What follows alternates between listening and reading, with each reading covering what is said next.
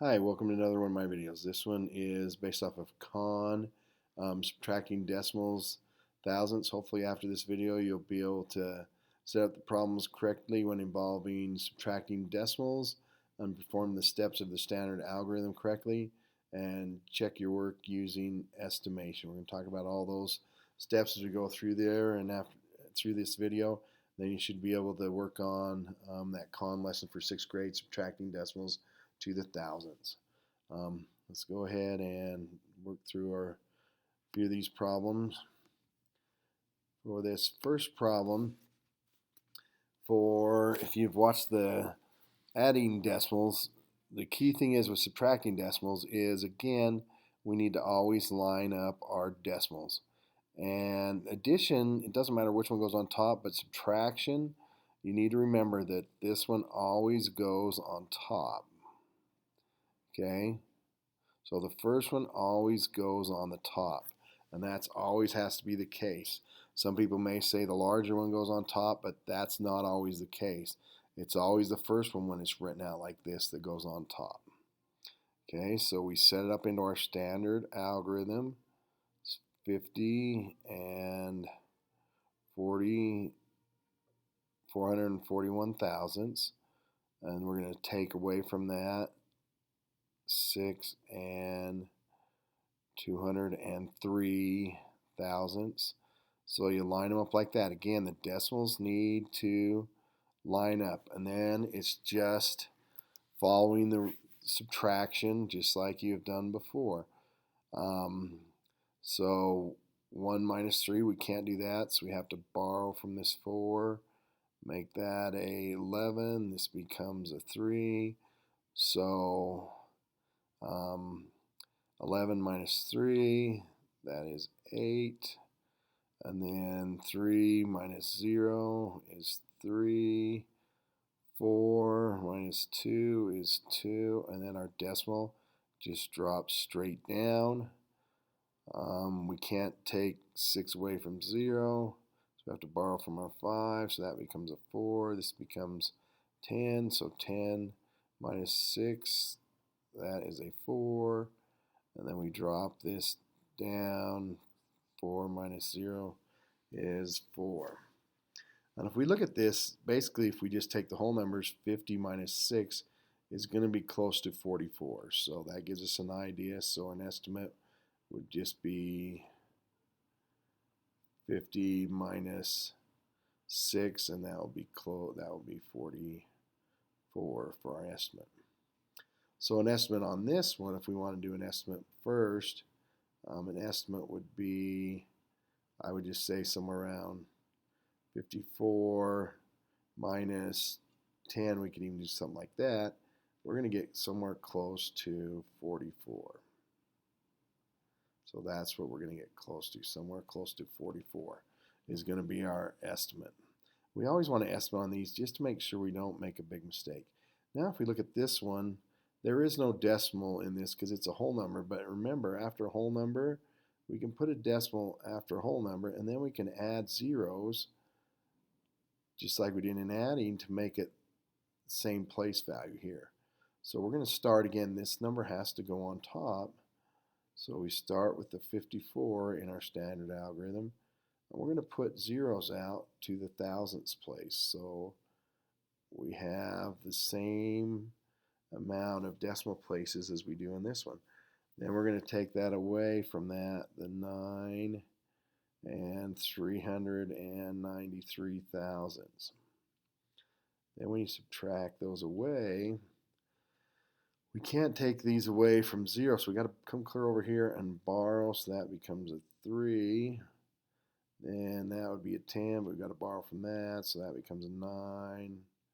10, we got to borrow from that one, so that becomes a 9. Then we borrow there. So we have 10 minus 3, so that becomes 7. 9 minus 9, so that is 0.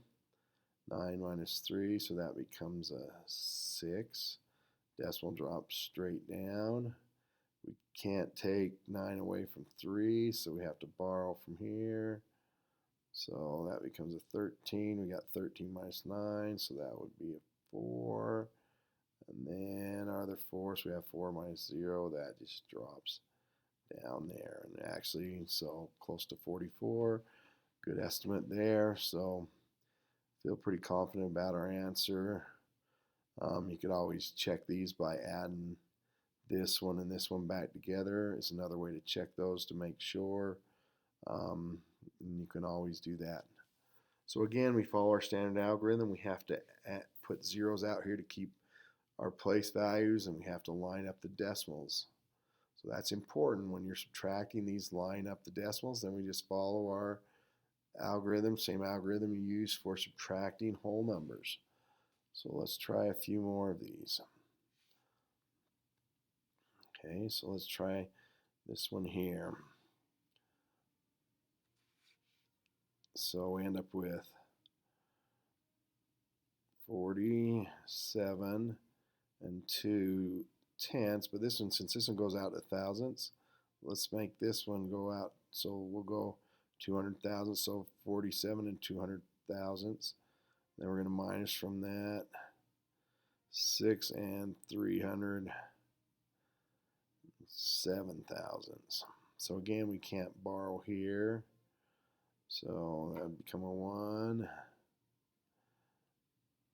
9, and so 10 minus 7, that would give us 3. 9 minus 0 would be 9. We can't borrow from the 1, so we got to borrow from over here. So that would become a 6, become 11. So it would be 11 minus 3 would be 8. Decimal drops straight down. Again, our decimals are all lined up in addition to subtraction. 6 minus 6 would be 0. And 4 minus 0 would just be 4. And again, a quick estimate, we could just go 47 minus 6 would give us somewhere close to 41, and that's fairly close to 41.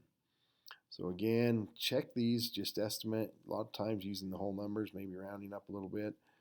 And if I look at this one to make an estimate, my answer is going to be close, since this is such a small number, it's going to be close to just 21 minus 1, so my estimate would be close to 20 for my answer. So my answer is going to be really close to 20. So again, if I set this one up, I'm going to go 21, and we're going to put our zeros in here because we need to go out to the thousandths place, because we're going to subtract from that.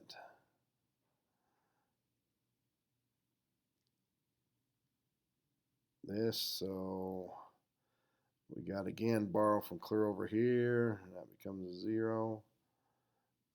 10 becomes a 9, that becomes a 10, then we got to borrow from that, becomes a 9.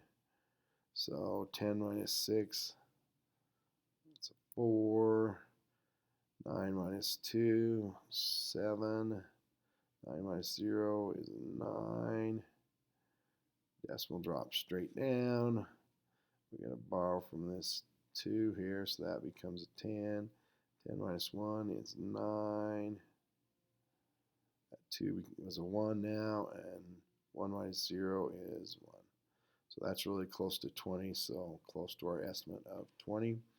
So that would be a good indication that we've went through it correctly. Okay, if you have any questions on these, make sure you let me know. Again, this should prepare you to be able to do the subtracting decimals to thousandths. Let me know if you have any questions, and if you need help, make sure you get some help from me. Also, remember on con, you can click on the hints. There'll be some con videos on there also to help you. And click on the hints and work your way through those too. They're going to give you examples of how to do each problem. Good luck. Have a good day. Bye.